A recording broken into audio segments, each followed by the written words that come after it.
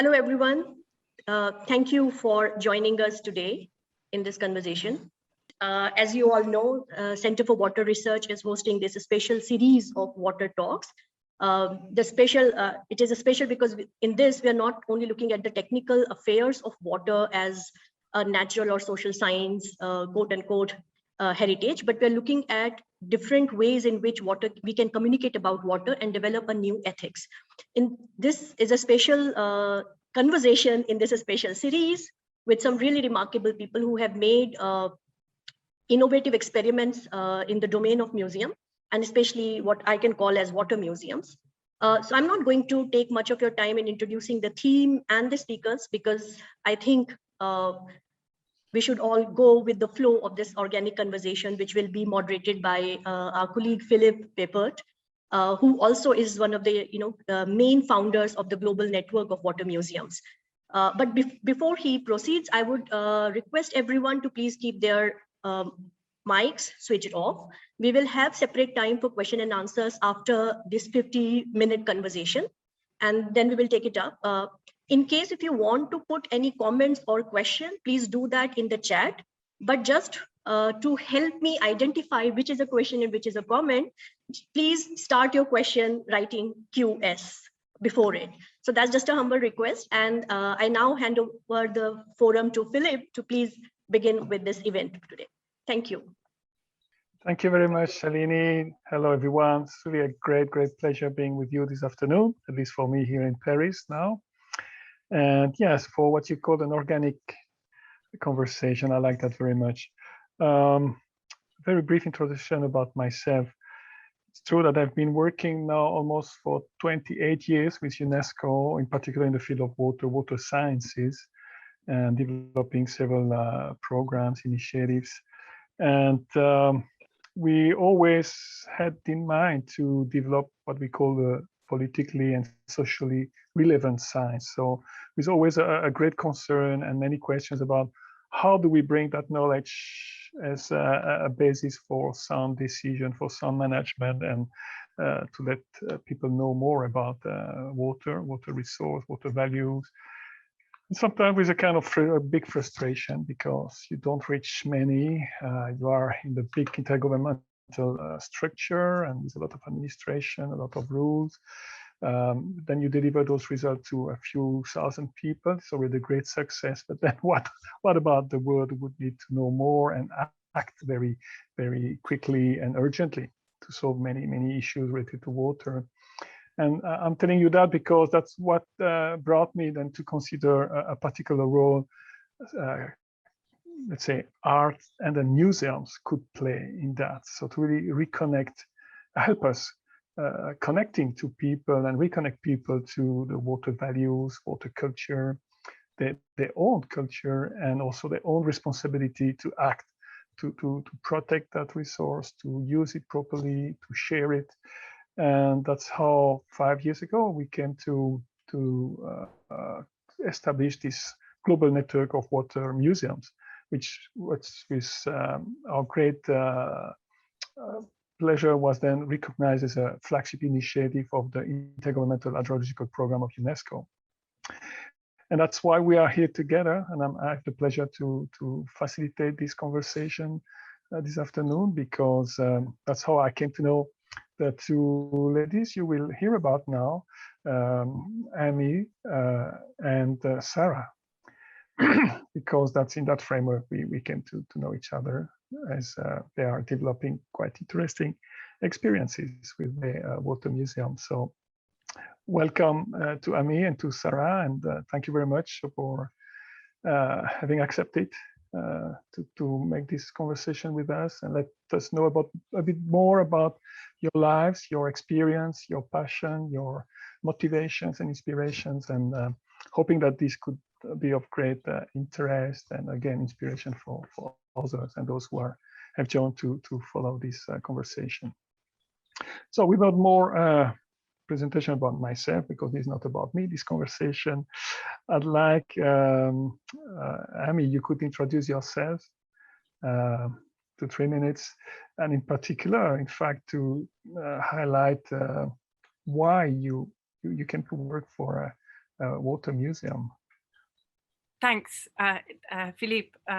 And thank you, Sarah, and the Living Waters Museum, and the Institute for Water for having me be part of this conversation. It's a real pleasure. I'm a live artist. Oh, well, first of all, I wanted just to have a moment to think about the day that we are, right? 22nd of September, autumn equinox. How amazing to be having this conversation now about unlearning museums today of all days, and on a full harvest moon. You know, that actually these things are really important for me, and I want to just bring them at the beginning of the conversation. So I'm a live artist, which generally means for me that I stand on street corners and invite people to do things with me. That the kind of work that I make is not come and look at what I do, but is that asks, what can we make together? So it is always an art of collaboration and exchange, of collective action, that matters that you came, that matters who we are, that brings into the conversation everything that we've known, that we bring to that moment of meeting, that investigates what it might be, this architecture of a moment, this chance encounter between people that also brings in the seasons, the sights, the smells, the feelings of that moment, what has gone into our days. That I believe in that preciousness of a moment of exchange, that and it's the possibilities and transformational qualities of that moment. That is central to me, the work I make, and actually to the way I kind of move through the world. So for 15 years, I've been making work about people and water. I'm not really going to talk about other works that I've made. I've made a lot. It's all online. I just wanted to talk today. I was really glad to have the chance to think through the unlearning of our educations, how we can challenge the assumptions that we've made ourselves, but that have also been handed down to us. And I wanted just to begin with a quote from Donna Haraway, who says actually what much better than I can about this sense of why I make the kind of live art works that I make. So I try to hold on to the understanding, this is her quote, that one cannot know the other or the self, but must ask in respect for all time, who and what are emerging in relationship. All ethical relating within and between species is knit from the silk strong thread of ongoing alertness to otherness in relation. As Bell Hooks says, our living depends on our ability to conceptualize alternatives. It's lovely to be here. Thank you so much, Amy. The exchange has started, so it's clear we will have a precious moment with you and with all those connected. Thank you so much. Sarah, same question for you, a very brief introduction. And of course, perhaps many of us know you as a researcher, academic, teacher, practitioner, but the same, you also move in the direction of establishing a quite interesting museum in your country and having a lot of partnership across the globe. So what moved you in that direction? Thank you, Philippe, and thank you very much, Amy, for starting off and sharing something from your heart. My journey with water and culture and faith really started in the late 1980s when I was doing my PhD research in Varanasi on the banks of the Ganges. And I was really very interested in the spirituality of the place, but also I think in the sacredness of how people were basically parting the filth that floated on the surface of the river and went in for their holy dip, and how notions of what is pure and impure and what is clean and unclean and sacred were so fluid in many ways. And then later on, in terms of my work, working in institutions that were very strongly, I wouldn't say patriarchal, but very strongly gendered. I came into this whole work of, feminist political ecology and water and that. And then maybe 20 years ago, with my dear friend and the artist, Basia Erland in New Mexico at a conference where we met. And I was so fascinated at the way that art communicated around water issues. And, my world had been the world of development practice, the world of the government, state, the bureaucracy, research, funding, but the world of art, from conservation architects to designers, to textile specialists, to indigenous art, all sorts of artists were actually talking about water, talking about climate change, talking about issues that mattered in such amazing ways and engaging with youth. And to me, that was critical. So that was the founding pillar or the ethos behind Living Waters Museum. I'll talk about that in a short while, but it was really about how do we engage youth to think differently about water, to look at it not just from the science and hydrology and geology and equity and everything else that is of course so important to our understanding of water, but how do we build a value system around water, and how do we inculcate these values from a fairly young age in people. And so my journey in 2017 also, Philippe, intersected very much with the founding of the global network.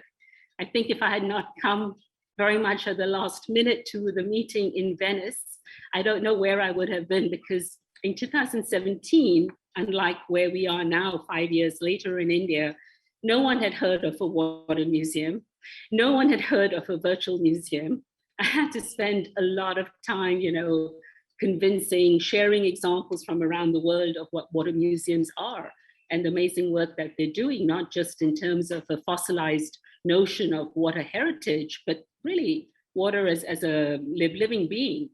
And so I'm extremely grateful, and therefore we wanted you in particular, Philippe, to facilitate and share this conversation, because you've been with Roberto at the beginning of this journey. So. One step in your journey, which has been long. Here we understood that now. And yeah, what impressed me at this point is that for both of you, it's all about encountering, engaging with people, indigenous people, young people, women.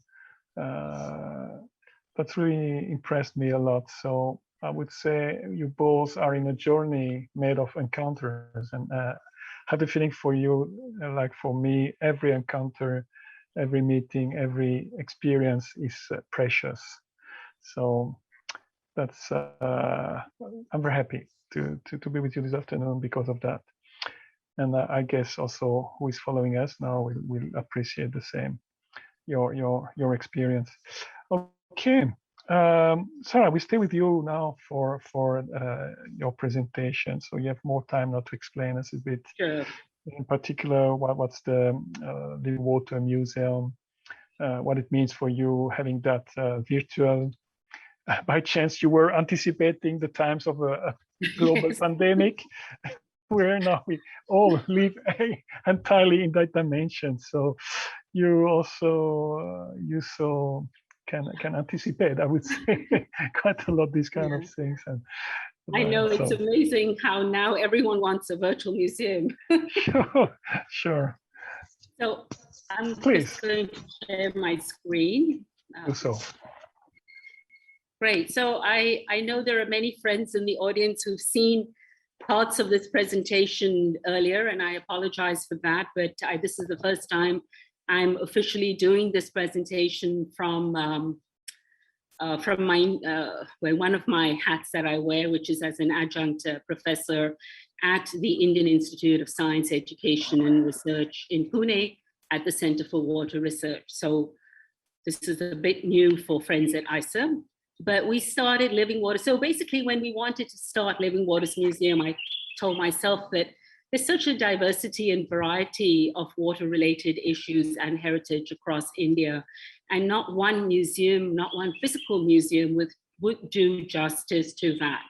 Where would we locate that museum? What is the story it would tell from, you know, coastal India to the mountains to fragile communities, etc.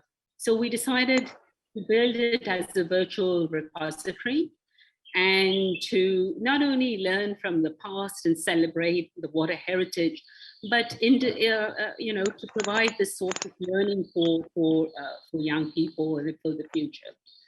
So our approach very quickly has been collaborative and looking at various forms of art, working with schools, working with NGOs, working with physical museums and individual artists.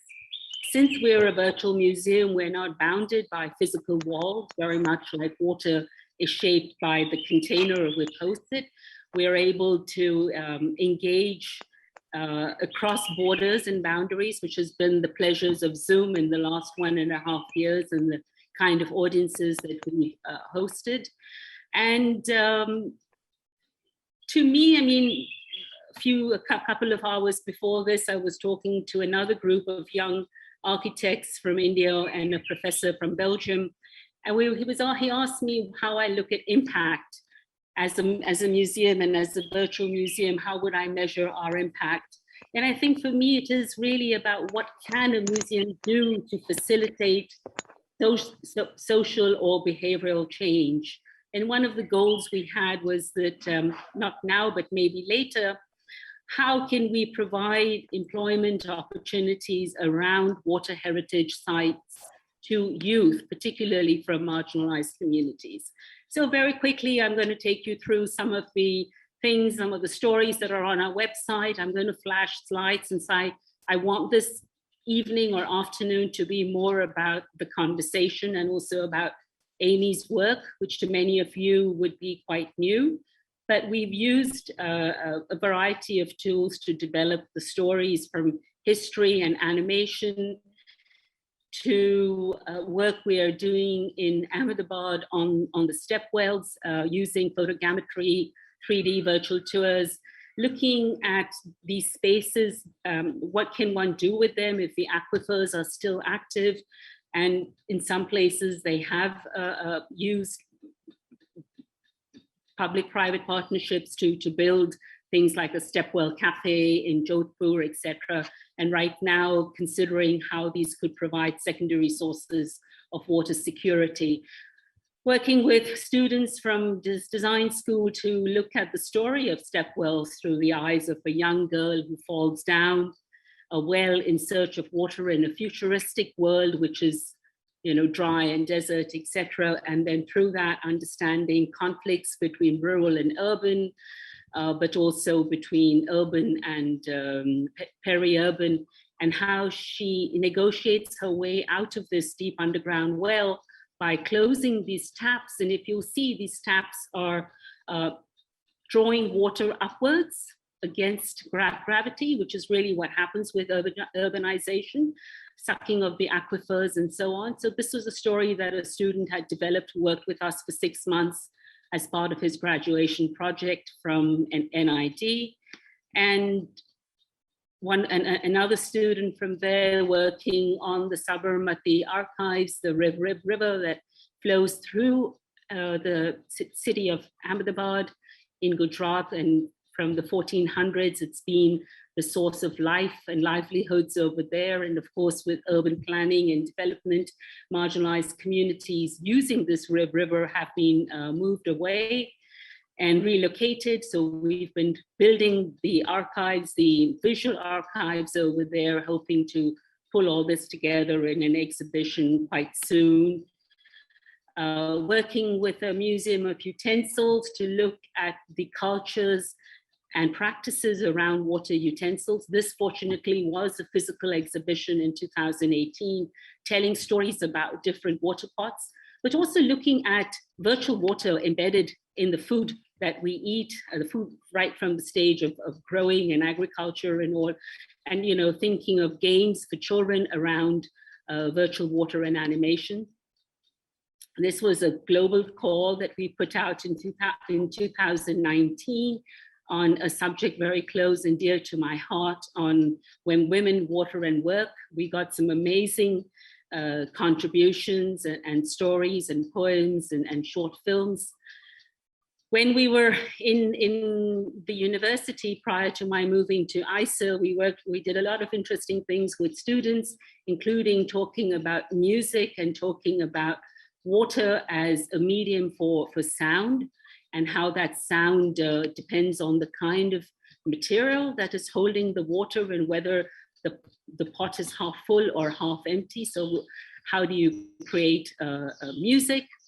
One of my colleagues has been doing a lot of this, working, taking children to visit actually a stepwell in their backyard, which they didn't know anything about, taking them to other water heritage sites, which also intersect with faith, and getting students from the university to interact with students from local communities. This was the project where we had a small grant from the council during the pandemic to work in the Northeast. The main facilitator herself was in Kathmandu at that time in Nepal, and created this workshop that brought together 30 young girls, adolescent girls from different indigenous communities across the 6-7 states of the Northeast, to really look at themselves, to reflect on change, autonomy, their bodies, empowerment, and then to create stories around water, whether they talked to their grandparents, whether they went and sat by the banks of a river. So all this exhibition, all the products that they came out with, of course, all virtual products, have been put together as a exhibition on the website, and I would encourage you to look at that. It's amazing work, and the entire journey for the facilitators and the young girls was amazing. This is something that many of you have heard me talk about before, the work we did over the past 1 year in Mumbai, bringing together urban planners and architects and young researchers and photographers and fishing community. I mean, just an amazing conglomeration of people to look at urban waterscapes in Mumbai, from the ocean to the rivers and much more, to look at issues of access and equity, and what happened during the pandemic, what were the hot spots, and how did those hot spots converge with water security hotspots as well. So this is an exhibition that I won't talk about much more, because we've talked about it last week as well. And using some of those ideas inspirationally to now work in Calcutta in West Bengal, mapping the Ghats and looking at stories. Along that with my colleague Sukrit Sen, and also working with a school, the Modern High School for Girls in Calcutta. And they've been coming out with these amazing little films around issues such as menstruation, issues such as female women philanthropists in the water sector. And we don't often hear those stories, though we know that, Stepwells are named after wives of rich kings and patrons, but we don't know much about their lives. So really exciting work over here. And in Pune, my colleague Chavi Mathur at the Center for Water Research at ISA, we're also beginning to map the water heritage of Pune. Quite different from Bombay because it obviously doesn't have the ocean. But again, some amazing history that's been forgotten really. And working with students at ISA, also some of our PhD students and the Science Media Center to bring alive these things. And finally, and I think this will come up a bit more in the conversation with Amy after her presentation. Last year during the pandemic, we extended an invitation to people to share music, performance, video, songs, poetry, whatever they wanted around water. We got an amazing response, and it was a way of healing and a way of reaching out during the pandemic. And we did it again this year, but this year it's a little different. We are curating this as a fellowship, so providing them some funds to develop these performing art ideas that they have. So just beginning to work on this. And then there are many other projects. I haven't put them all up on slides, otherwise I'd be here till tomorrow at least. But I just wanted to give you a glimpse of how, as a museum without walls, the kind of things that we can do and the kind of things that we are doing to look differently at water, to look at the stories and to engage young people around that. So thank you, Philippe. And I will stop. Oh, well, thank you so much, Sarah, for illustrating so well a journey in the journey of your life, because it's the journey of this museum. Really impressive. I have many questions, but I will keep that for a little bit later, because I think in our plans we will have first the presentation by Amy herself, and then we will continue our conversation with some questions from my side, and then questions and answers from you, also from the audience. Amy, you have the same 10-15 minutes for your presentation. Great. Thank you very much, Sarah. That's amazing. Such wonderful work. It's so interesting. Also, I've also been asking these questions about what does success look like? You know, what is the point of this work? Because if it's you know, none of us are interested in playing music while the Titanic sinks. I will share my screen then and begin a conversation. I just before I begin, I may be the one talking about Museum of Water over the last 8 years, but just to make very clear that it has not been my work alone by any chance. This has been a collective work. I think Lucy Carruthers, is on the call too, who designed Museum of Water that I'll show at Somerset House. But you know, at every point in every country, the museum has been made with collectives of local people who've taught me far more than I've taught them. So Museum of Water began in 2013 in a time of terrible flooding across the UK. These whole of Somerset was underwater, these once in a lifetime floods that seem to come every other year. It began in the bicentennial of John Snow, who in, I'm going to just go back for a second, who in the cholera was waterborne, did this, this is a map, through asking people, through walking the streets, speaking to people about their experience and their days, and through that, those journeys and those conversations, he traced something in the water and was able to trace it through the streets and down into our bodies. So Museum of Water began in that tradition of being outdoors and asking people questions and doing a lot of traveling. It's a collection of water, any bottle, in any water, in any bottle. It's a completely public collection that asks you, if you could keep one water, what would it be? So it is an invitation to each one of us to spend time with water, to really consider it, to notice how it leaks and dribbles, how it evaporates and ices, how it impacts our days and moves through our bones. It asks us to pay close attention to water, to think for ourselves what we treasure about it. And it's different for everyone and has been answered in thousands of different ways. It has been described as a mapping of our feeling for water, a cartography of sorts that charts that is an act of witness to our lives lived with water. But it is not what Coco Fusco talks of in maps. She says maps do have a point of view, and one that is privileged, superhuman sight, of safe distance and of omniscience.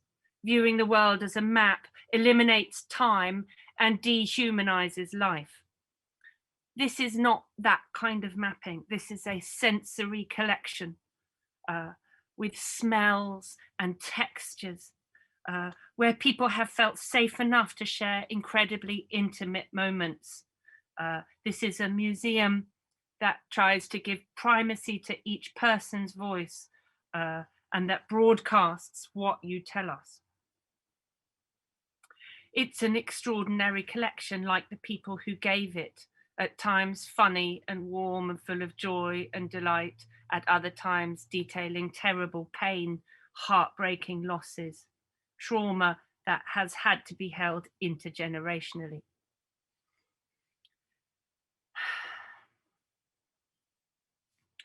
I've made no effort to conserve the water, but have tried to undo the hierarchy of knowledge that exists in museums that have gathered collections donated usually by older men, often rich, white, though it is essential that this museum challenged every paradigm that museums usually uphold. So it makes of each one of us patron, donor, and curator, undoing the imposing atmospheres and questioning the where the authority for every collection lies. There is a constant process of give and take in the museum. Every act of gathering and giving returned with kindness and attention in careful reciprocity. And I make no effort to conserve the water because we are all in dynamic process with it. As it leaks out of each bottle, it will only enter you or me. So the movement of water in the room at all moments reminds us that each bottle's borders can be crossed. This work is an investigation of our borders at a time of ever increasing border control. Water has always made a mockery of national boundaries, and these bottles enact this insurgence at every moment. The route I have taken in this museum has retraced the trade routes that have caused so much damage in this colonial practice that has been exported from London, from England. We've moved from England through to Rotterdam in the Netherlands to Western Australia, and now begin what the possibilities for a museum of water in Ontario could be. And we have tried to develop in every place critical discourses for how to work together across continents. I'm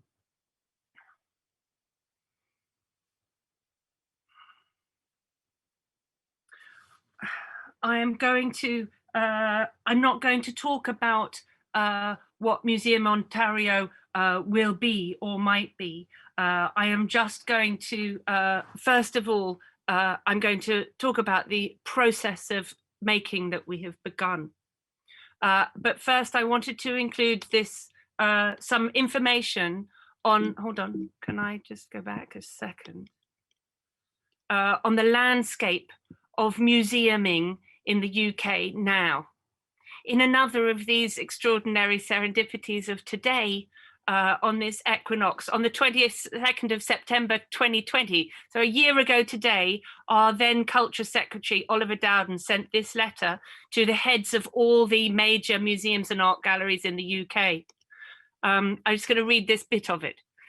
I would expect arm's length bodies' approach to issues of contested heritage to be consistent with the government's position. As publicly funded bodies, you should not be taking actions motivated by activism or politics. The significant support that you receive from the taxpayer is an acknowledgement of the important cultural role you play for the entire country. It is imperative that you continue to act impartially in line with your publicly funded status and not in a way that brings this into question.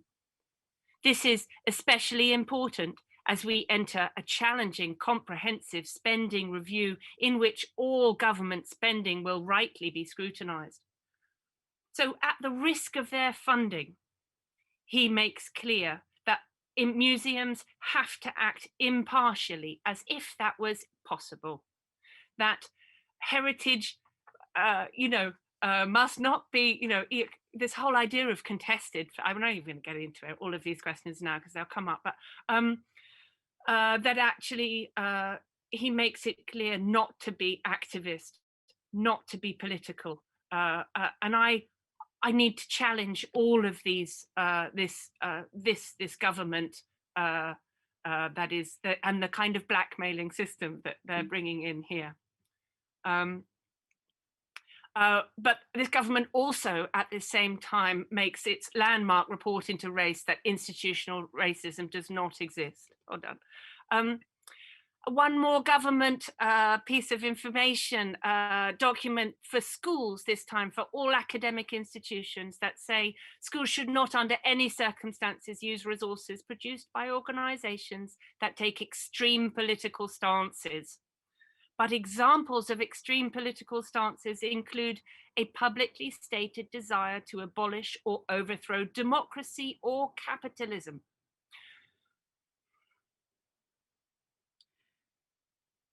This government equates capitalism then with democracy, but in fact, capitalism is an ongoing system of exclusion and violence that has been built on slavery, war, and racism. The two are not equivalent. And as a further idea, another document labeled Extinction Rebellion, the well-known environmental group, as an extremist organization. So this is the cultural landscape of museum making in the UK. So when we began to imagine how we might begin our latest iteration, having been invited by Luminato Festival to build a museum, to begin a museum of water in Ontario, we did not want to repeat any of the violences of museums. We also have been very aware that in building museums, we make partnerships with organizations around the world. And we did not want to be only as brave as they could be in their landscapes. We wanted to be as brave as we could possibly hope to be. So we made an open call in Ontario to Indigenous peoples to make who might already be engaged in water issues and thinking, and whether anybody would want to come and begin to think what a museum of water, to rethink what a museum of water Ontario could look like. And this is the acknowledgement we wrote.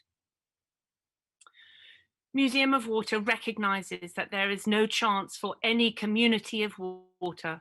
Oh, I should start from the beginning. I wouldn't want to miss out Richard Welly, who is absolutely and changed my life. In Western Australia, the esteemed Noongar elder, Dr. Richard Wally, talked of the community of water. He spoke about water as the epicenter of social cohesion. Museum of Water recognizes that there is no chance for any community of water, while many communities do not have access to fresh water. Prioritizing questions of access, refusing partition and pollution, centering its work in Indigenous rights to land and water, Museum of Water hopes to support an acknowledgement of water in Toronto. Built on a belief in the power of witnessing, it is of utmost importance that a Museum of Water in Ontario does not repeat colonial power dynamics, including the violences of museumhood and map making. Any consideration of water has to take into account the violent histories of water, the current inequalities, the politics of ownership and enclosure, local and global power struggles. We are hoping to make partnerships over 2 years that can both support local grassroots movements and contribute to the development of new systems of care. We are keen to bring together a creative team to interrogate the nature of museumhood and the dangers of collecting in order to investigate new structures and for collective action and mutual aid. So I am part of a museum that is interested in its unbecoming, at all time interrogating itself for how it is behaving and acting in the world. And this I wanted to share. As I say, I'm not going to share yet the work that we will make that will launch in October, but I wanted to share, oh, I keep going backwards, don't I?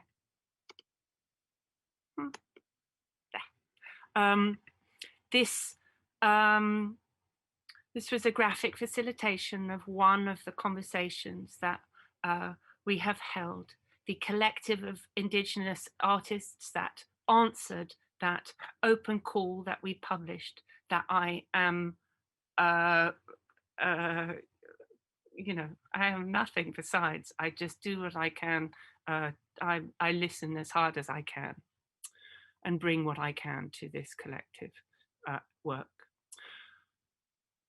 So we have tried to think through how we might sit with the water, how we might pause, resist the constant urging to move forward that is in our socially put on us, but to stop and to sit with the water. How we might rethink this museum beyond the administration of water in order to build a new relationship with water, or to understand water as kin, that we cannot control or constrain the spirit of water, and to make space for how we might listen more carefully, how we could be accountable and attendant to each other and to the water at all times in acts of love, while understanding that there is no love without justice. As Bell Hooks says, there is no love.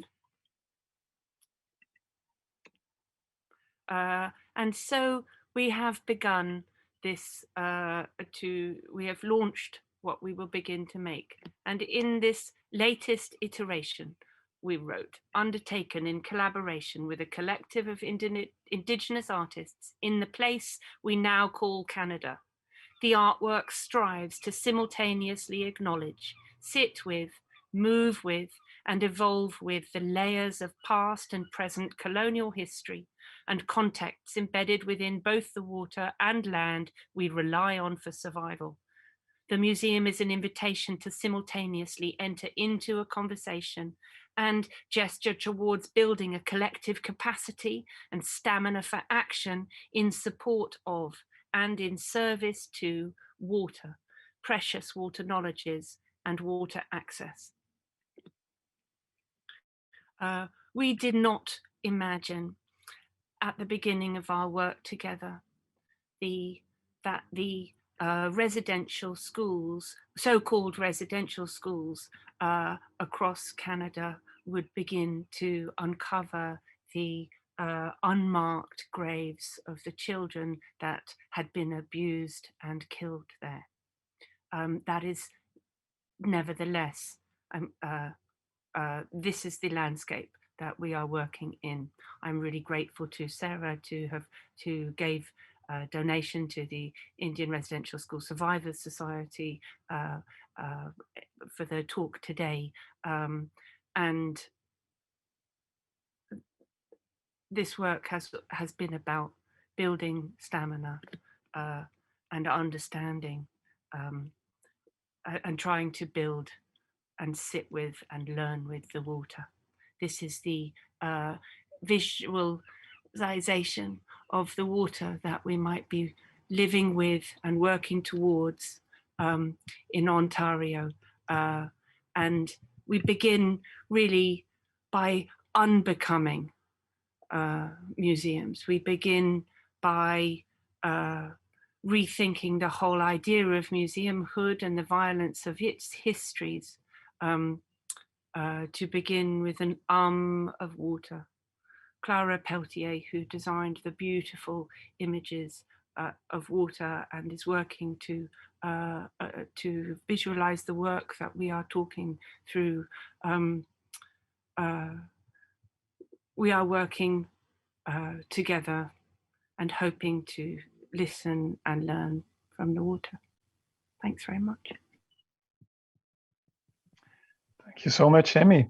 Thank you so much. I'm really touched by that presentation, and at the same time, have to admit you are setting the standards for water museum very high. I would say, which is correct. It's a kind of that's so interesting. Is our standards high, or are the other standards low? Have we got used to museums that continue to enact violences? You know, are we? I think we need to be making more demands of our museums and our governments and our systems. No, but perhaps, yeah, okay. To clarify, that probably definitely both of you are redefining the boundaries and the concept of what a museum is and can do, which is really impressive. And definitely, it's a question of engagement. And both of you have very clearly underlined several times the need for moving people and ourselves to action. And so it's interesting to understand how you conceive these museums as a possibility to stimulate action and support action by many different actors, even across your own borders. Coming back to Sarah, you said several times or so that somehow it would be important to measure the impact of, I wouldn't say the museum, but the action you are taking through the museum, which is not easy when we talk about acculturation or promoting a new cultural approach and education, for example. So that's the same dilemma we have also in a big organization like UNESCO. So how do we measure the real impact and success of our action when we build through generations for changing something in the world, which is not easy at all? So how are you living that personally and through your experience? Because in the same time, you have shown that even working with a virtual entity, you can meet a lot of people, engage with a lot of communities and actors and realize a lot. So I'm sure you are having a great impact, an incredible impact, but how are you living that and measuring that for yourself? Yeah, Philippe, we haven't exactly started measuring that level of impact, but on a day-to-day basis, I can see impact in so many ways. I work with a number of young people, and those I can see growth and understanding in perspectives on water. I can see the way the students and interns that have worked with us for 6 months, come with a vague understanding of water, and suddenly they're doing all these amazing things. And they've opened my eyes to books on museums, on virtual museums, on water, etc. So around the people with me, which over the last 5 years has been some 50 plus, I have seen definitely, this understanding. Where I was with Ahmedabad University and where I am now in a science institute like ISA, we are really trying to bring this interdisciplinary understanding of water and the arts to science, to economists, to people, to make them think differently about water. So that, I think, is a process that is starting. Because we're not on the ground doing interventions and building toilets or hand pumps or pipelines, we can't measure impact that way. But definitely, I mean, like I said earlier, 5 years ago, no one in India was talking about water museums. And you know that I have been a part now of so many government conversations on wanting to build physical water museums. And the latest is that just 2 days ago, the government of India has set up an expert committee to design a virtual museum on water for rural kids, for rural children. And they have brought together absolutely a dream team of experts from design, from media, from schools, and from the visual world, and of course me from the virtual museum world. I just hope this thing happens, because this is like the 4th conversation on government. So I'd like to see where all that goes, because building a museum on water is, as Amy knows, it takes funds, it takes resources, it takes emotional energy, as Amy's presentation clearly touched upon. And I don't think that is something I can do on my own. I'm not we've had institutional basis for the last 5 years, and that's the way I'd like to work with and to see that change amongst them. But basically, this is a conversation the government of India and others, philanthropists, need to take up. And it's coming. I see more and more conversations around arts and the environment and climate change and sustainability in India now than I did 4 or 5 years ago, for example. Thank you so much, Amy. I'm coming to you with a similar question. It's clear that when we see such a strong reaction about what you're doing from governmental, let's say, it's clear that you're having an impact, and someone could fear about that kind of impact. But yeah, we also have understood that those museums are not only about the water heritage and something beautiful we would like to conserve and show from the past. It's also very much about our present and our future. But at the same time, I've been very, very impressed by your presentation about the fact that this water heritage is also sometimes something painful, which is including, as you said, particular moments of our history, colonialism, wars, violence, domination. So there's a lot of injustice, and that's a kind of injustice we definitely don't want for the future. So, or can we ignore what happened in the past, or not take the good lessons from that just to build a very different kind of future? So how do you live that? So, and at the end of the day, it's also about for you about the kind of impact these actions, these living museums can have and will have. It's been an extraordinary journey. It's been an extraordinary 8 years. And I had no, I didn't imagine what people would bring me.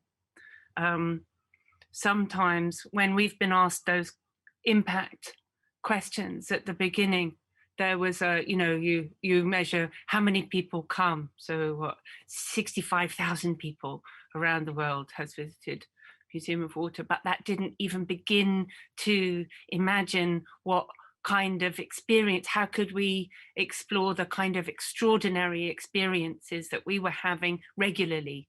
It's when people come to talk about water, you don't know what they're going to talk about, and it is every single time absolutely extraordinary, and they take you somewhere.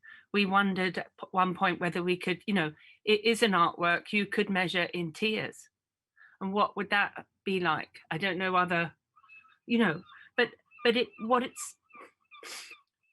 what's happened is that this sense of, by being able to, for me, museum making has been about the creation of safe spaces where people have felt safe enough to speak, to that it was okay, that we made it safe enough to allow ourselves to be intimate together and share our experiences, whatever they may be.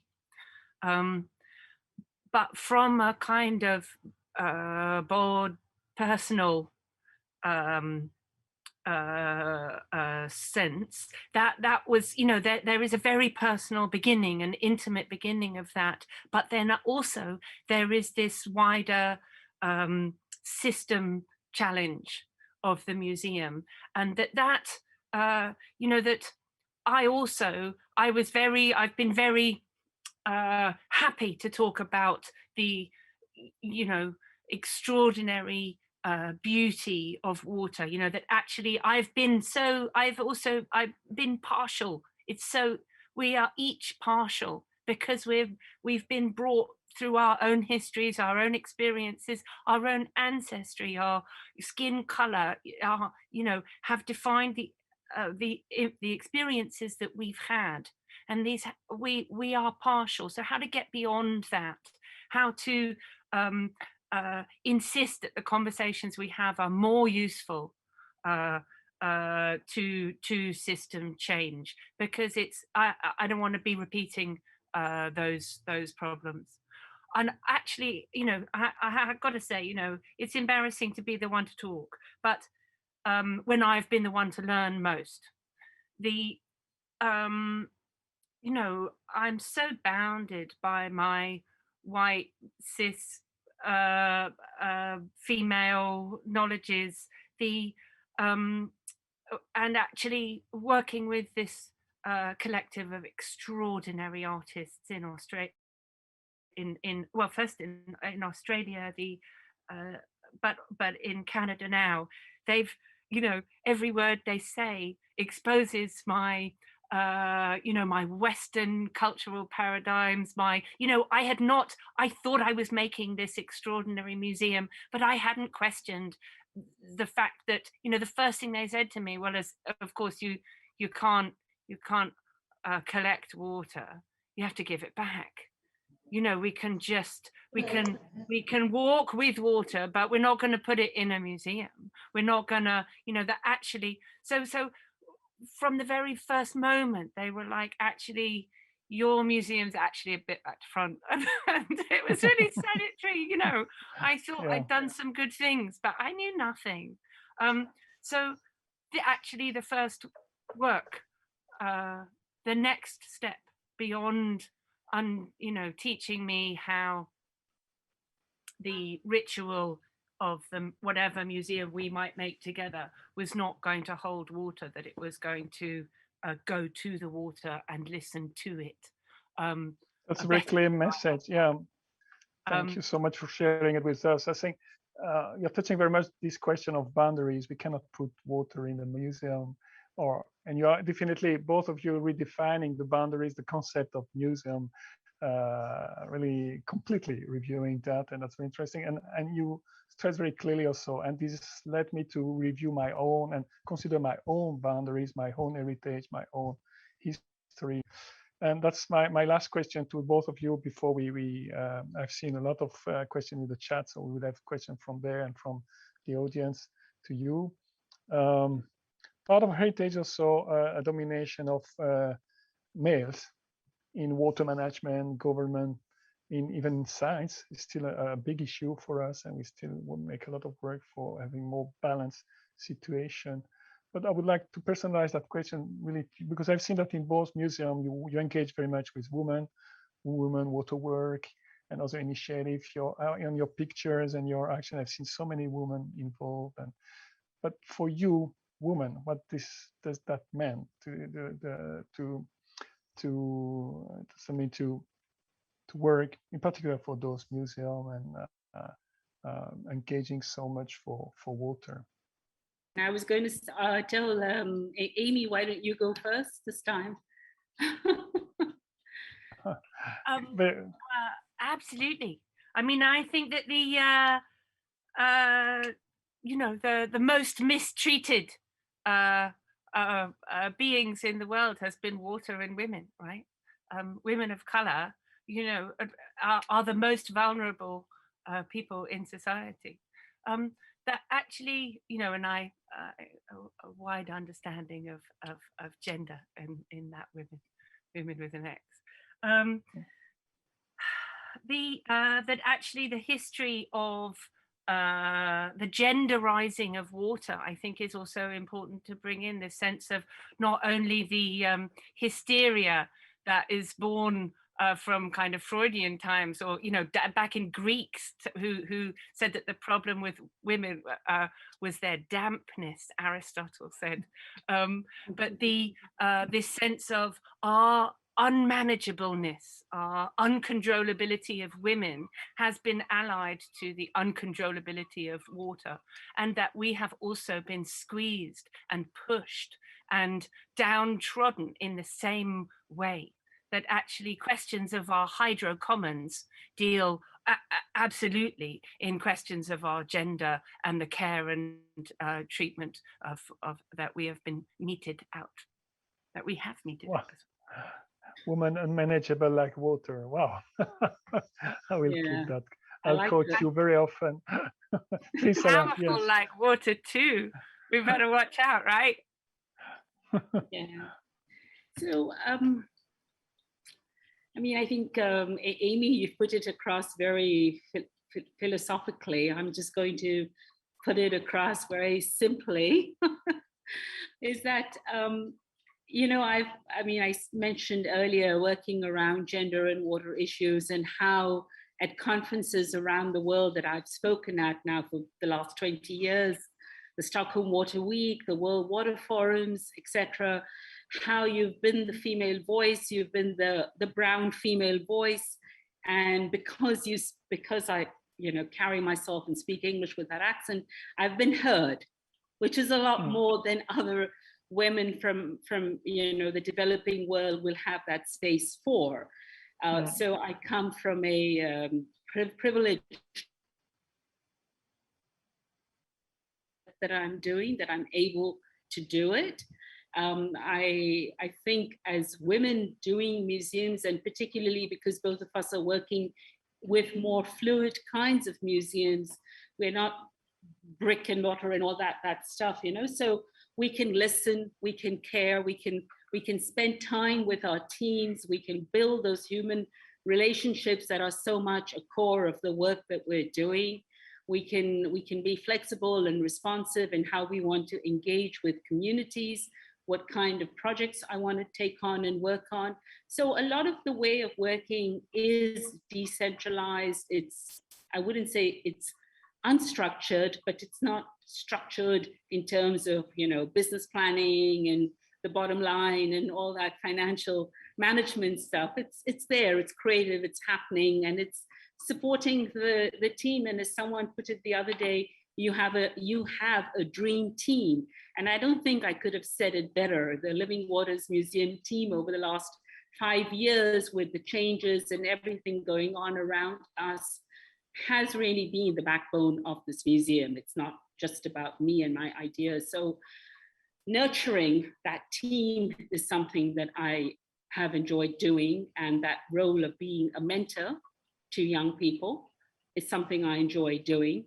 And talking, I think, being open, being honest, being transparent, being accountable. Those are not just words that we've learned from development discourse over 30 years, but that really, I need very much part of our practice.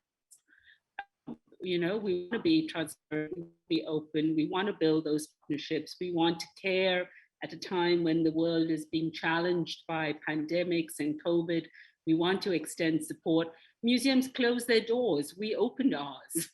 You know, we opened our hearts and minds and souls to people. We didn't close doors. We said, okay, let's do what we can. Let's start these fellowships, whether it's Pani Ki Kahani, whether it was the Water Seekers Fellowships. We did small things with small amounts of money that really reached out to young people struggling to make sense of a world that suddenly had closed down. And to me, that mental space was really important for us. And I think that, I'm not saying that men don't have that emotional core and caring and all, but, and I don't want to sound, you know, I don't want to essentialize women's biology and feminist ecology and all that stuff, but I want to say that we did that, and that was important for us. We didn't close our doors. Openness and frankness. Thank you so much to both of you for showing that very openly today. I'd like to open the floor for some questions or reactions from the audience. Perhaps someone checked on the chat, or I can take some questions from here. So we have go ahead, Shalini, there's a question from Himanshu, yeah? Right, yes. So I'm going to, I've compiled the questions in a different order from how they appear on the chat, just, you know, to ensure that there is a conversation around the questions. Himanshu, Dr. Himanshu Padhyay, I think it's a question and a suggestion both, probably evoking more reflection from the panel. And although he has put the question particularly to Sarah, he is asking, within Pani Ki Kahani initiative of Living Water Museum, hopefully we can archive oral narratives on water and rivers, and through that look at the art, literature, and music. Would you want to respond to this, Sarah, or should I? Yeah, I'm just responding to Himanshu. I'm looking for him on the screen. but I'm also looking for Sukrit to maybe answer this question. Sukrit is our arts and outreach coordinator and also a musician. We've just got a small grant from the US consulate in Calcutta to work in the Sundarbans around climate change. But part of that work is also around music and ethnomusicology and the music of fishing communities and documenting that with local musicians. Sukrit, do you want to say anything more on this? Sure. Hello, am I audible? Yes. Yeah, so I think this is a good question and something that we have been thinking, because although with the help of digital museums, we have been able to reach out to a larger audience, but we still feel that there is a gap, and there are many still out there who probably don't have access to these kind of digital museums. The musician fraternity, especially from the rural sides, who really are the owners of such music, owners of such literature, including them. So while Pane Ki Kahani, the idea was to really reach out to musicians and who we term as the informal sector. Like, when we say that people talk about climate change, we only believe that, people with PhD degrees and, master's degrees and certain, only they can talk about these aspects. But musicians, artists, their art forms, talking about these aspects for a much longer time. And with Pane Ki Kahani, the entire idea was to really reach out to these musicians and start these conversations again, looking at this angle and making them feel a part of the community, which they have been made, felt left out. This I'm talking from a musician's point of view. And from a Living Waters Museum, yes, we are trying to reach out to different communities. So just like Sarah just mentioned, that we'll be starting working in the Sundarbans, talking about climate change. A part of our project also involves including musicians of the Sundarbans to, not just talk about their music, which talks about the area of the Sundarbans, but also new music, which talks about this change. And that's what music is all about, to really innovatively, creatively identify our surroundings. So yes, the capturing oral narratives, and of course we have to take inspiration from oral literature. So when we say Bhatiyali music, which is the music of the boatmen, and when we say that we want to create new music, which talks about how, the shores that they talked about once does not exist today, we have to take inspiration from existing literature and only then create new music, but again, keeping the basic principles intact. So that is what we have in mind. And yes, we are looking at working towards it. Over to you, Sarah. No, that's fine. That's enough. Thanks. Go ahead, Shalini. Thank you. Thank you, Sukrit, and thank you, Sarah. So I'm going to combine two questions. The first, because both look at impacts and different groups of people. So first question is from Ashwini Sheth and open to both. She says, thank you for your wonderful presentation, and I wholeheartedly agree with you, Ashwini, on that. Sarah mentioned in the beginning that the key aim for initiating the Water Museum was to eventually bring in social and behavioral change.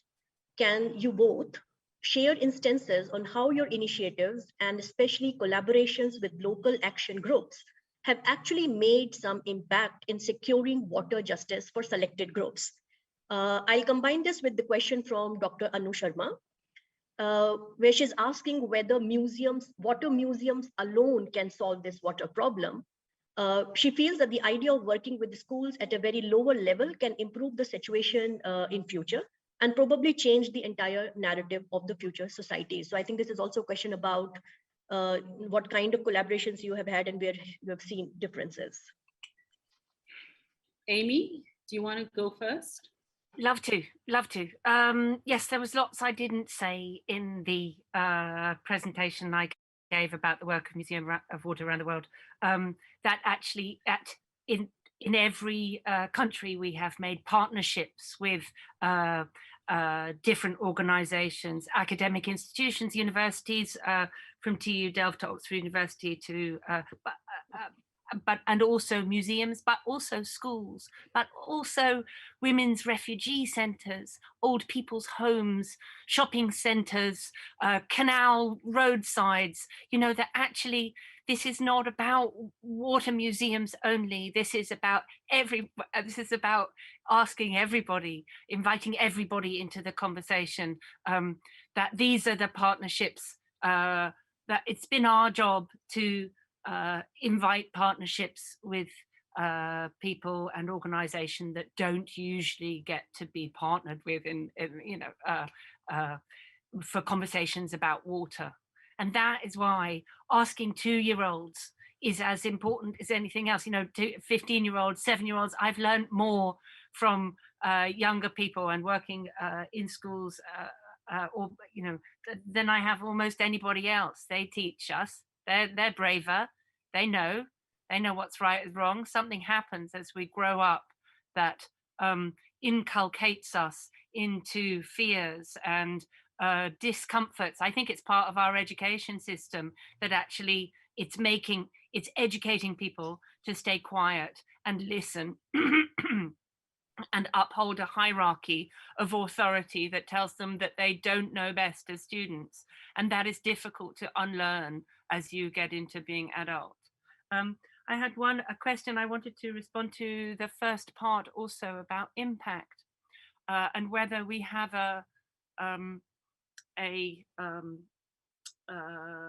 how do we know we have impact? So first of all, the kind of school initiatives or young people initiatives that I've developed with people around the world. So for instance, with Perth Festival in Western Australia, we worked with Screen West, their huge film organization, to make documentaries with young people, decided and invented by young people, and they got to work with professional film crews to build films looking at different aspects of water that they wanted to look at.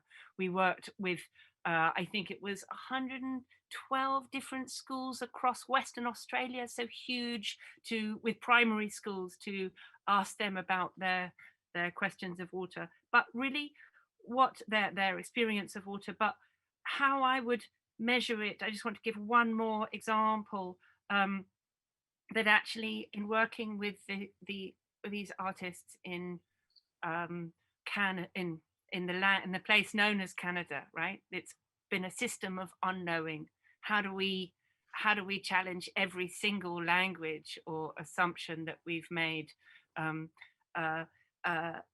before we even, or as we've gone along thinking through questions together, the question of the contract that we were all invited to sign with the organization that had invited me and them to work alongside them to investigate questions of what a museum of water might be.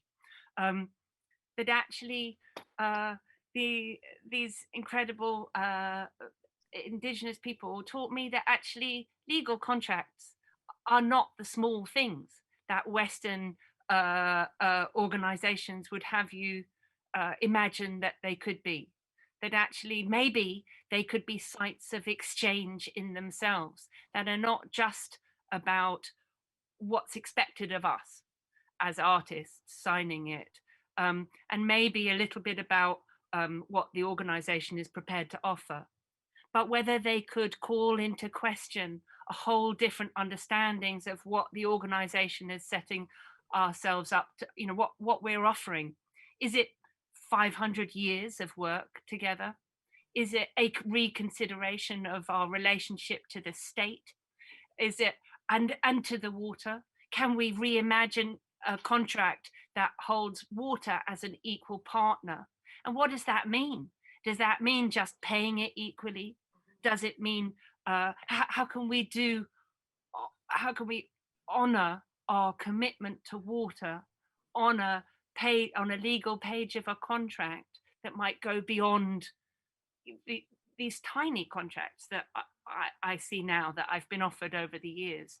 That so I'm learning to reconfigure my whole system of not only education and museuming, but legal systems and systems of care far beyond anything I ever imagined. And it's, I'm very thankful to the partnerships that, to Luminado Festival, who are ongoingly working to work through these questions and challenge themselves to answer them in different ways. Thank you, Emmy. I'm going to put the next question from Akriti Parashar to you. She's asking, it is amazing to see how many lives you have touched through the Museum of Water. I assume that at least some of them were children. What was their notion of water? And I think this is a very important question in the context that, whether it is disasters or other policy-making decisions, there is ageism there where adult voices find primacy. So what has been your experiences in terms of both engaging with children, but also documenting their stories in their own voices? I then would pass that same question to Sarah, because you have showed in your presentation that you have made a lot of work with children and youth. Right. So this is a question for both of you. Do you agree? I'm quite sure, because we'd like to take also questions. Okay, thank you. So, Emmy. Well, Sarah, do you want to begin? Okay, Sarah. So, yeah, we've been working with children when we were allowed to do things in physical space, working with children with special needs, working with children with from low-income minority communities in India around the heritage site. Some of the images I showed you, these were storytelling, these were music, these were fun events around water, art, self-expression. Also the work in the Northeast, these were young girls who were basically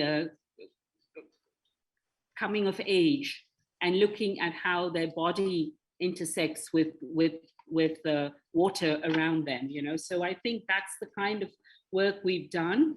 We've also been very conscious that the work has to be accessible and inclusive. That means not only visual, but music and sound. So some of the work that we did in Confluence, there were buttons where you could hear a story instead of just seeing it on a screen.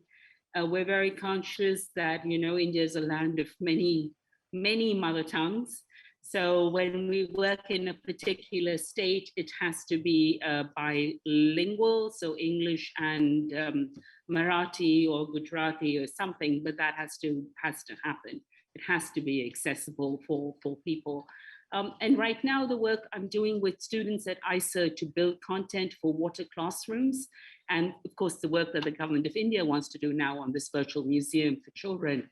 I think, so these are beginning to happen. Water is part of our education curriculum, but it is very science-based work on water. It's not the kind of things that Amy and I have been talking about. So that's the way we'd like to infiltrate the curriculums and the schools with, thinking out of the box on water. Amy. Amy, yeah. I'm going to be very quick. Yes, I think language is very crucial. Thank you for bringing that up. And maybe one of the other questions will come back to it. Oh, actually, I'm going to be really even a bit quicker. A 4-year-old girl, I asked, she gave me water from the sea and she called it sparkle.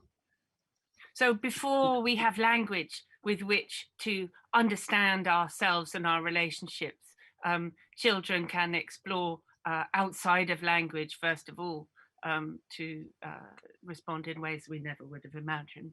I think it's our job to deprioritize the people with privilege so that we can hear, as you, and all the isms, as you say, age, class, ableisms, and, I also, tactile tours has been one of the greatest experiences of the museum, of my museum life here. Thank you, Amy, and thank you, Sarah. Before I move to the next question, which I think will evoke quite a bit of, I think, interesting participation from all, and that's a question I would also ask Philippe. But before that, I have a curiosity as well as, because I've worked on Remember Bhopal Museum, and looking at your, presentations from both Sarah and Emmy, I was wondering how does, as curators and artists, as people who are imagining these innovative spaces, how do you juggle with, with the affective sense? Especially, I mean, we do understand that museums, in terms of their impact, should evoke empathy and awareness, but there should also be a forum for, inviting a public space conversation around ethical angst around issues, the anger, the raw power of anger, and the energy that it invites and moves people into action. And that's something that we find quite closely when people come to remember Bhopal Museum, and when they see, the objects that have been corroded by contaminated water and that people are forced to drink, and that remains an unresolved issue legally, medically, biologically, in all possible ways. So I was wondering, how do you bring these kind of issues into your museums? I could see that the Water Museum is both indoor and outdoor, and different kinds of modes are used, in terms of transmediality there. But also, like, interesting to see, do virtual museums also perform the same function effectively for, giving space to empathy, but also to evoke ethical angst amongst people? So that's a question I am personally curious to how you have engaged with these issues. I'll just be very quick, Shalini. I think we have to be more than a website as a virtual museum. We can't just remain virtual. And so in pre-pandemic times, the kind of small events or things that we did with young people, and I'm talking about students, young filmmakers, etc. And I remember one evening in a cafe in Ahmedabad, which was hosting the event. And I remember all these young people, from large numbers of them had worked in the Northeast, which has seen so much of undevelopment happening. Really questioning sustainability, questioning paradigms of development, thinking about water. It's a very, very engaging conversation. And I wanted us to be doing more of that. And then, of course, COVID came. And another thing I'm just going to bring up is a conversation we had last year with Rahul Ram, founder of Indian Ocean, and a musician across the border in Bangladesh, talking about something Sukrit talked about earlier, the role of musicians in working with youth and climate change. And again, very, very deep conversations from the heart and very meaningful. I have been very clear that content on the Living Waters Museum has to steer clear of making any ideological statements. I know where my ideologies with respect to water lie, and that of all my contributors or all our contributors. But as a museum, unfortunately, we have to be, particularly because of where we are working right now, and particularly because of my own name, background, where I come from, etc. So one has to tread carefully. I mean, you asked the question about women earlier, a minority, not just a woman. And so as museum content goes, I cannot have a story that condemns big dams or urban riverfront projects, much as I may not like them. We have to tread carefully on and give. So that is something I'm very careful about. We're not an activist organization, but we support and work with those kind of people and things.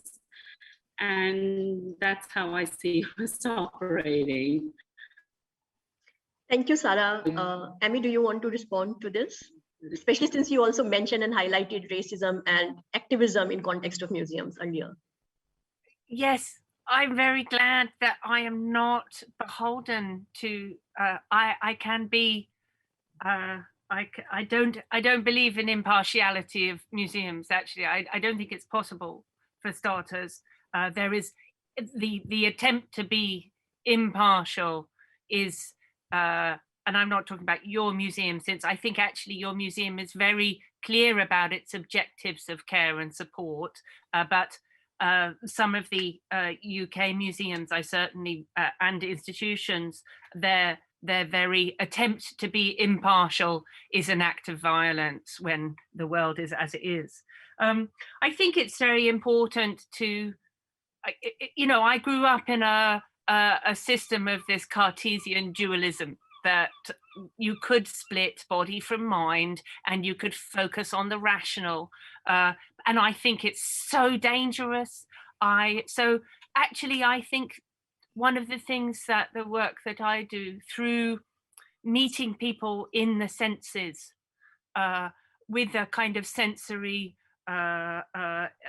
investigation, sharing, it smells the museum, good and bad.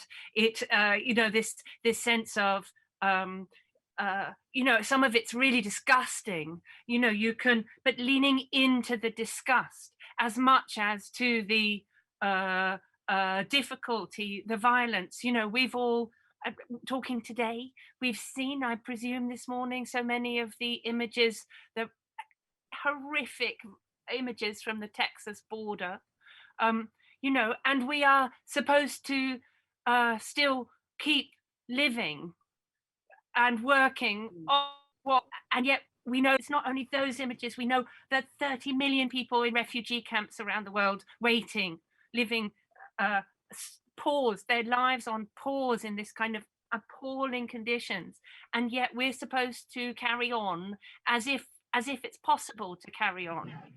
And I think that these are systems of harm and self-harm that are unlivable with. So unless we take a stand, all of us now, unless we force ourselves, what might be what are classed often as discomfort, uncomfortable conversations, but actually far more uncomfortable to live. So we better move ourselves very quickly into the uncomfortable conversations to stand there, demand change, and make ourselves really as disruptive as we possibly can, because that's what other people are living. And if we don't do it, how are we going to live with ourselves? Thank you, Amy, for stressing very clearly the importance of emotional bounds and something. We are emotional beings, so and a museum can be really a channel for that, I think. And in both your experience, I think this is very much present. You define initially yourself as an artist, so perhaps something I'd like to hear from both of you about. You can do that virtually, in presence, and we've heard also from Sarah about music, about really encountering people and engaging with people through art. So that's something definitely something that museums have to do and can do more, I think. In our perspective, also with this initiative in UNESCO, that's definitely something where we cannot arrive with hard science and strong argumentations, and art and emotions can move people and reach people and then create a ground for acting together. I think it's kind of slogan when we say music or art is a kind of universal language. So we definitely need a universal language and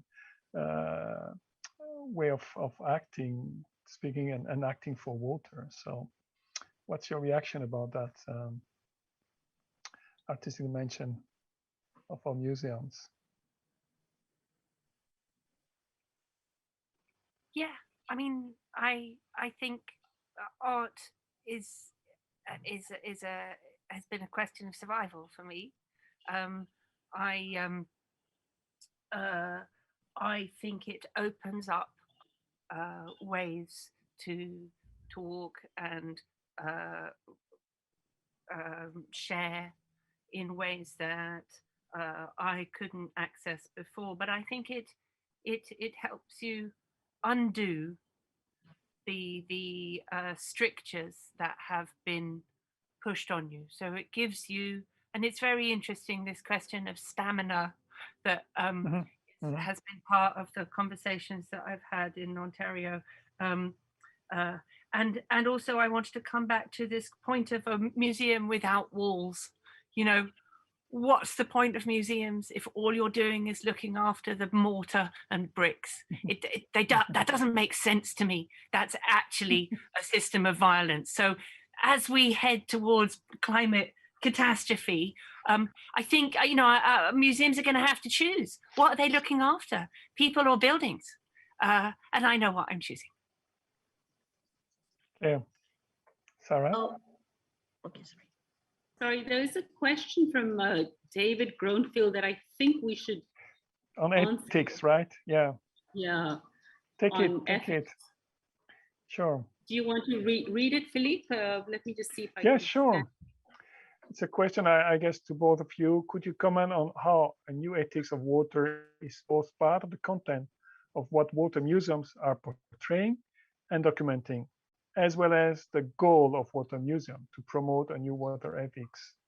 And I have to say, as a promoter of the Global Network of Water Museum, that's clearly the ultimate goal, that we promote these new water ethics, I would say, in our UN context, in the perspective of achieving SDGs and Sustainable Development Goals. So definitely, this is something I'm very pleased to share with you. Even now, the intergovernmental hydrological program, so we're talking about impacts. That's not just the effect of this network of water museum, but we are seriously considering now for the new phase of that program for the next 8 years, that water culture and water and culture in general will have a much bigger space for our elaboration and actions. So that's really an interesting evolution, and definitely the water museum are part of that as a means to achieve this kind of goal. So sorry, Sarah first.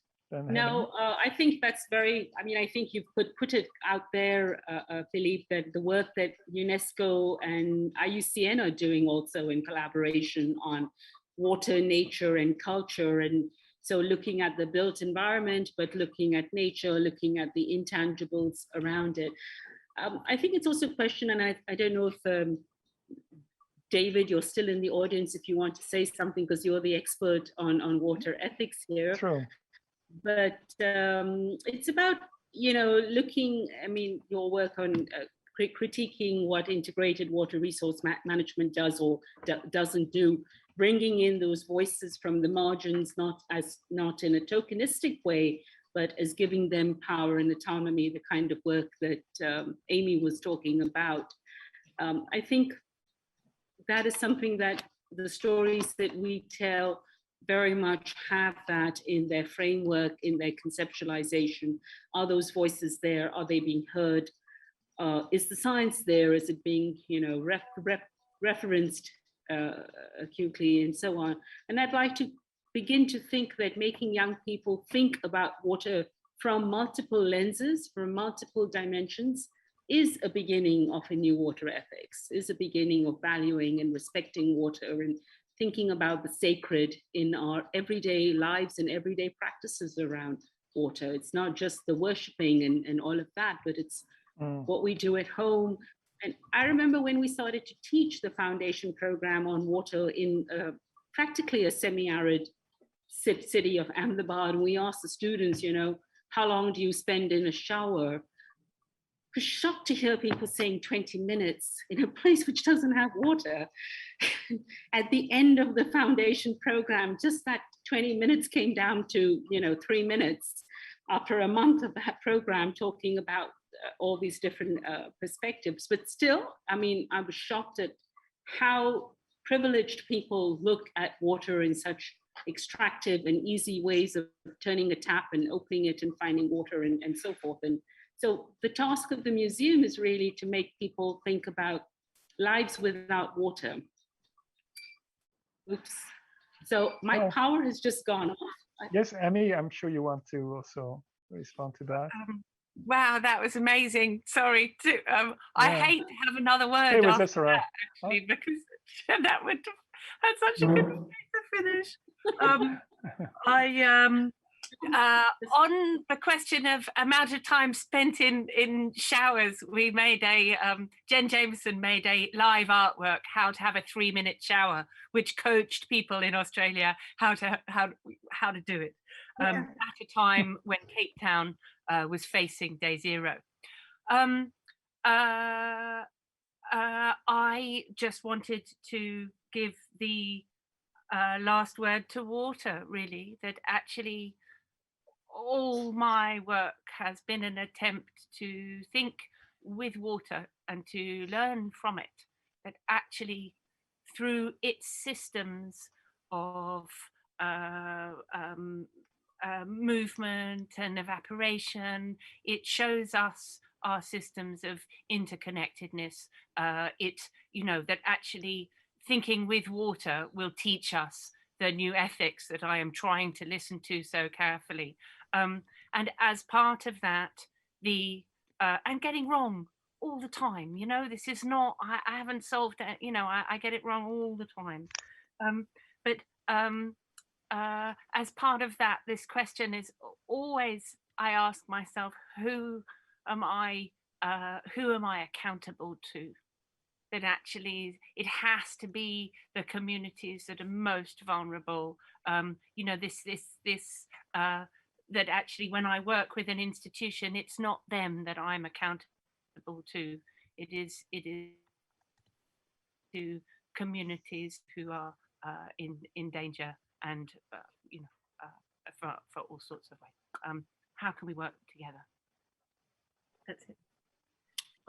Thank you, Emmy. I'll just intervene here because I thought that we can probably have this last question, and that question is open to all of you, including David, because I think he would also find the question interesting and within his domain in terms of water and water ethics and water justice. The question is from Ashini Sheth, and she's asking, what is the scope of museums, especially in water museums in different parts of the world, to engage with each other, to initiate conversations on historic injustices related to water tied to colonialism? So I think essentially the question is about potential of water museums in decolonization, in addressing historical injustices which are linked to colonialism.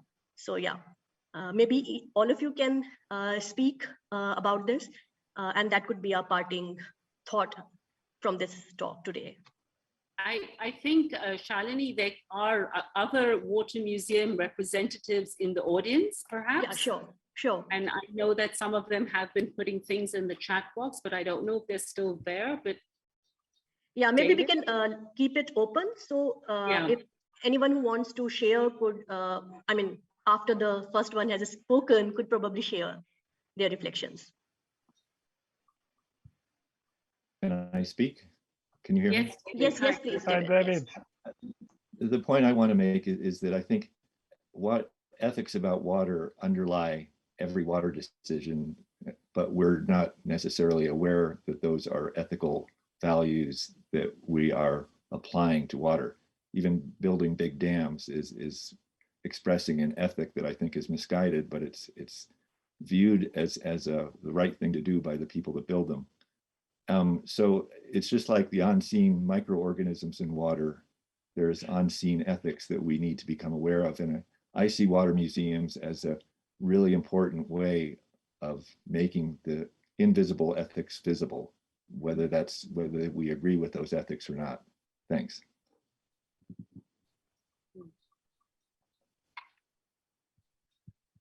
That's really interesting, because the next World Water Development Report next year is about groundwater, and the title they've chosen for it at the World Water Assessment Program is making the invisible visible, because there's also an issue about most of the resource we don't know, we don't touch, we don't see, and so we don't love, we don't cherish, we don't protect. And that's interesting, that this concept of hidden, unseen ethics in the museum.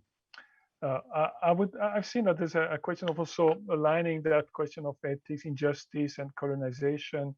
I think there's also a lot of injustice in water, not the sharing of water, for sure, water management or water issue, which is not just directly deriving or related to colonialism. But of course, it's a question which is open. So yeah, there are lots of good people in the audience. Unfortunately, yeah. I will actually, I have to go in a minute. I'm sorry.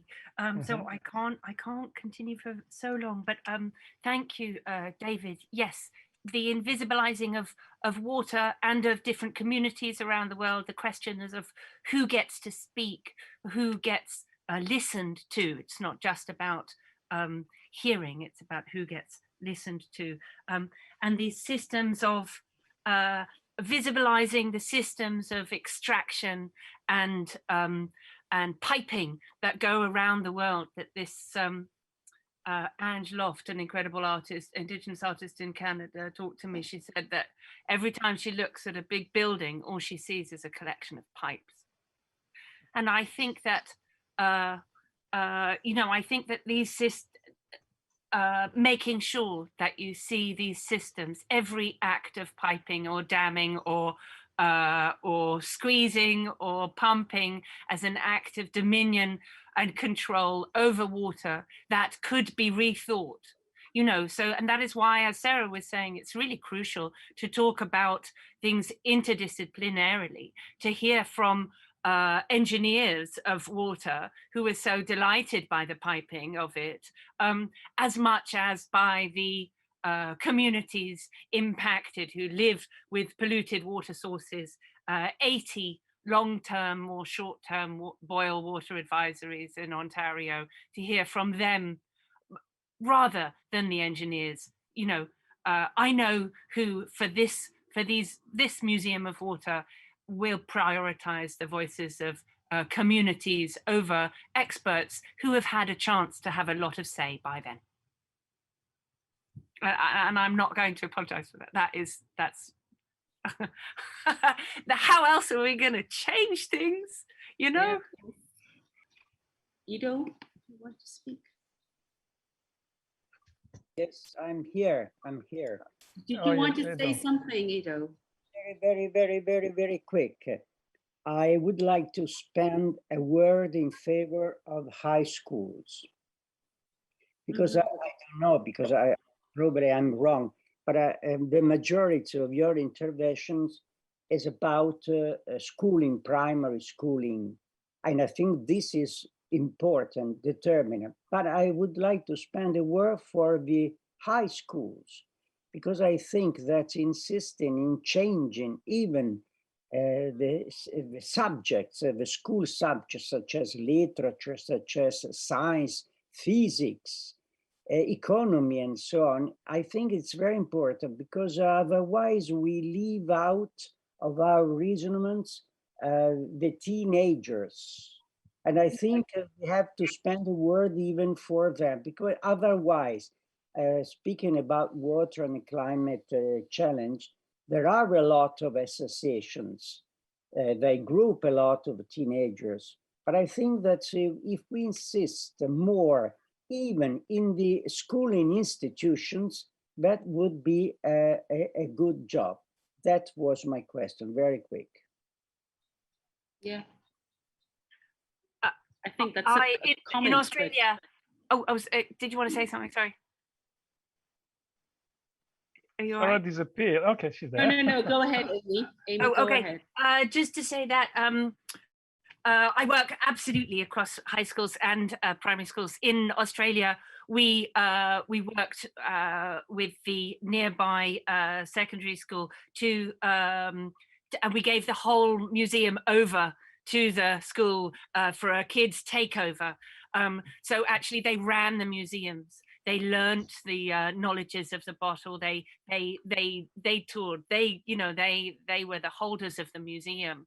I am very nervous about putting too much onto kids. Actually, we need to solve this so that they are not left,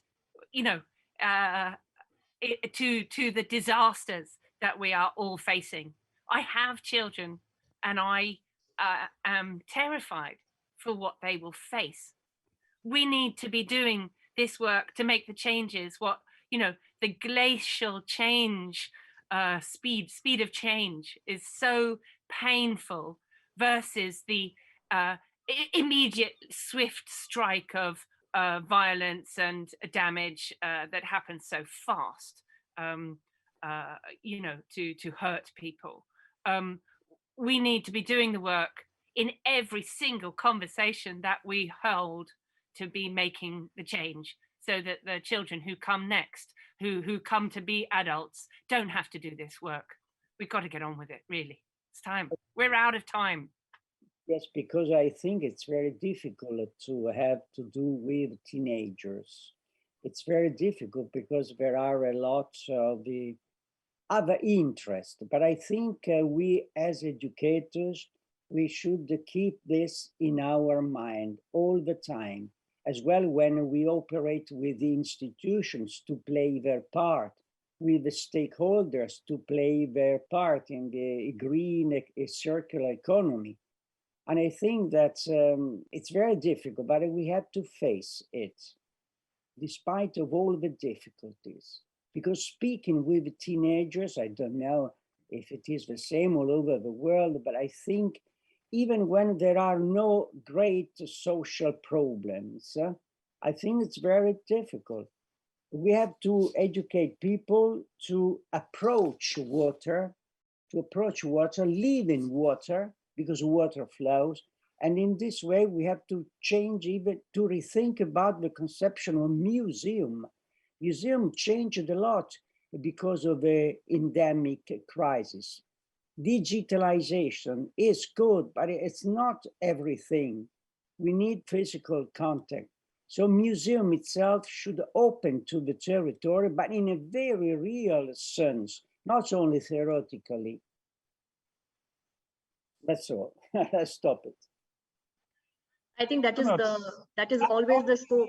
My compliments to your work, because I see you've done a lot of very wonderful things.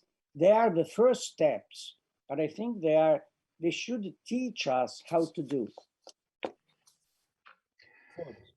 Yeah, for sure, but that's very much present in the Global Network Water Museum. I can assure you, in particular, being open to the territory, engaging with youth, schools, but as you have seen, with communities. And so I'm afraid, and I'm really sorry for that we really have now to close it. It's been an amazing afternoon for me, and such a pleasure, such a fresh air or fresh water in my very bureaucratic days here in Paris.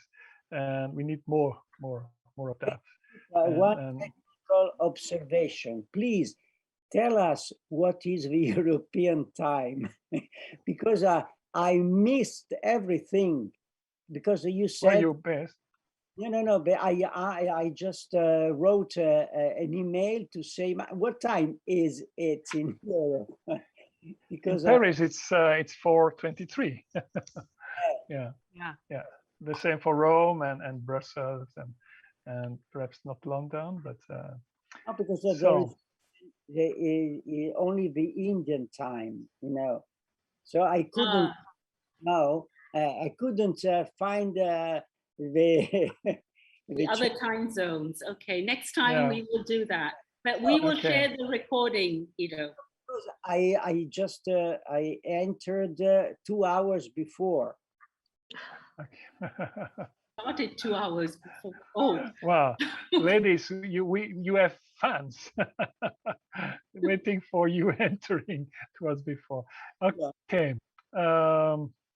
Thank you so much, Sarah, for inviting me to be part of this conversation, and to both of you for being so open, so frank, so direct, and bringing so rich input for our thinking and very stimulating talks. I think it's good this is recorded. We can share more materials in the future. And what could I say? I'm just more than proud. Really, I feel privileged to have people like you on board in such an initiative inside UNESCO, and the kind of change we need to bring. So step by step and raising those questions at the right moment, engaging with a wide community of people interested to do so. So thank you so much, really. Thanks so much. Thank you. Thank you, everyone. Yeah. Goodbye. Thank you also for those who attended, and see you soon. Goodbye.